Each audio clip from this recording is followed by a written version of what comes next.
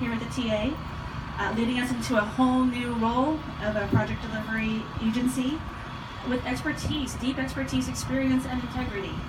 Having worked with 6 TAs, we were lucky to get him. Sure, Jose Luis had charmed them, and together they'd laid a great foundation with early stages of the project going pretty smoothly, but Eric could have delivered the project as our consultant and not join the TA. What I think made the difference in his joining our agency was that Eric cared so much about this project and so much about San Francisco, having been born and raised here in the city in Excelsior. He wanted to contribute on another level in public service, to work with the community and to mentor the next generation of staff. So, Eric, congratulations to you and to your family who are all here today.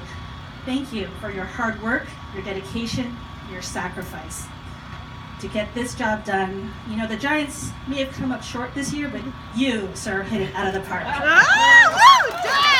I know you're just getting started.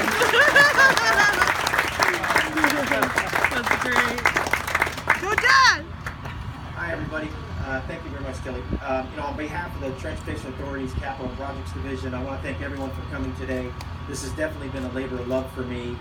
Yes, I am a native of San Francisco and very proud of it. San Francisco is the best city in the world.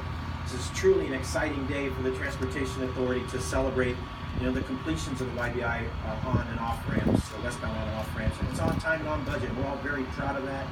But I couldn't have done it, we couldn't have done it without everybody here as part of it. And I'm going to thank a lot of people. I want to give a little history lesson, though, very quickly, because I have been working on the project since 2008. And that's when we started the environmental documentation process. We went ahead and got the approved environmental EIS, CIR within 3 years by the December of 2011 timeframe.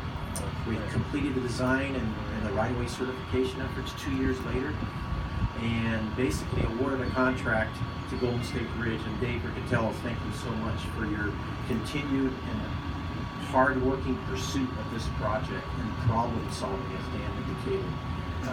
It's a credit to your company and the way that you do business. Thank you very much in that regard. We started work and actually really started work in February 2014.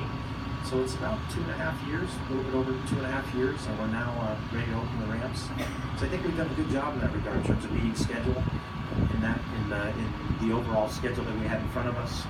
I want to make sure that everybody understands that when you manage projects like this, it really, in my opinion, is really the players that are involved. It's a sense of ownership. It's a sense of, hey, we've got to get the job done. And there's nobody in this room who's done that more than Mike Scott from WSP Parsons Sprinkler House. Mike has been living and breathing this job since day one, actively managing the contract, actively looking ahead to see where there are things that need to be done, and frankly, managing change. All of these projects have change. And the issue and the success factor is really how you manage that change. Congratulations to Mike too, because he's going to help the Bay Area Toll Authority in one of their contracts there on the Richmond Bridge. So you got a winner there, Steve. I appreciate your tireless efforts, Mike. About a year ago or so, Scott and you came to visit the job, and we showed you how it looked. And one of the things you had said, and actually Commissioner Kim also said, was, we haven't heard any complaints. We really haven't heard anything. And our whole mode of operation has been, hey, let's just get it done. So when we hear things like that, that's music to our ears. That means that we're doing our job the way it's supposed to be done. I'm going to get into some geeky engineering facts, but I think they're important to note because this is a massive project in that regard. It's really 5 bridge structures interconnected that form the on and off ramp system. We built major retaining wall systems, temporary roads to ensure access to and from the Coast Guard property there and Homeland Security interests. We actually relocated a naval base, quarters 10 and buildings 267, as they're called. We relocated them right across the river.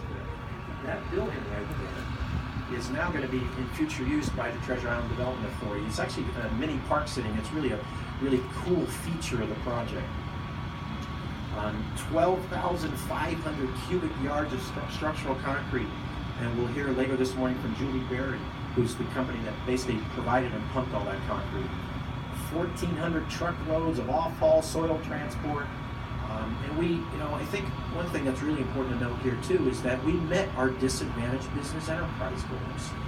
That is a task that doesn't always happen on projects, and we're very proud of that fact. And I want to thank, in particular, Golden State Bridge for their commitment to meeting that disadvantaged business enterprise goal, and also to Paul Pendergast and Pendergast Consulting for working with the DBE contracting community to get the word out and make sure that you went ahead and helped us meet that goal, made sure that the DBE community knew about all the different trades and work to be done. I appreciate your efforts, Paul, in that regard.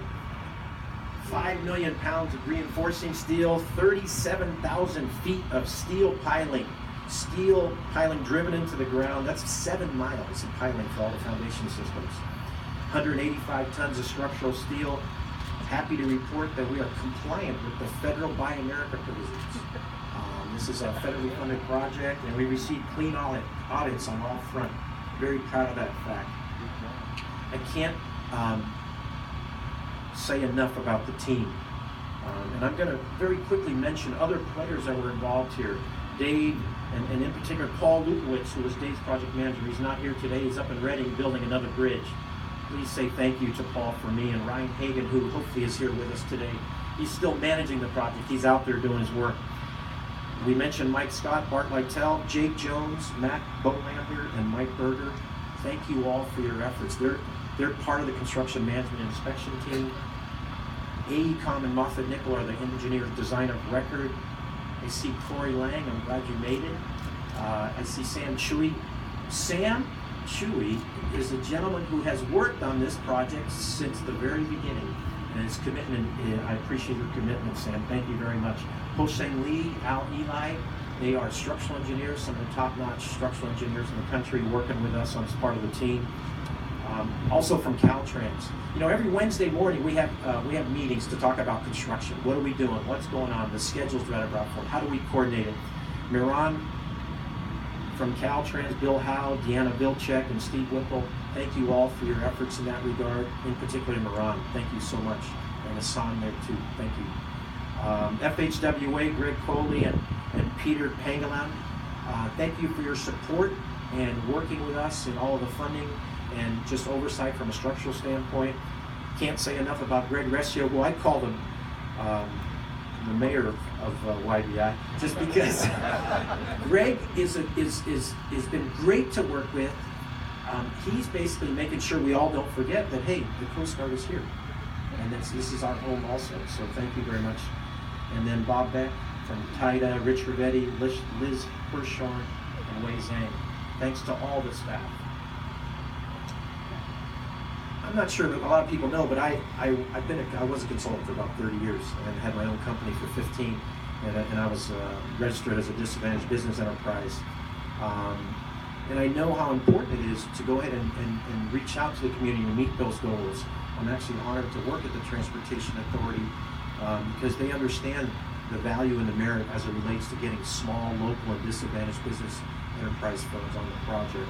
The federal DBE program is meant to put men, women, minorities, and disadvantaged firms to work, create jobs, build community, and build their companies. And I'm happy to say that we've done that as part of this project. That means a lot to me personally. When the Transportation Authority teamed with Caltrans and FHWA on other projects, and in particular Doyle Drive, we came across a remarkable woman by the name of Julie Berry, who's the owner of Calcon Pumping. Nice piece of equipment, Julie, right there to our right. Julie and her team pumped millions of pounds of concrete on that project, and lo and behold, her home base is Treasure Island. This is where she operates out of. So when the YBI project came along, we were thrilled to see that Golden State Bridge had chosen Calcon Pumping to go ahead and provide the concrete here for the project and help us meet our goals. So I just want to right now actually, ladies and gentlemen, just join me in welcoming Julie Berry to the podium.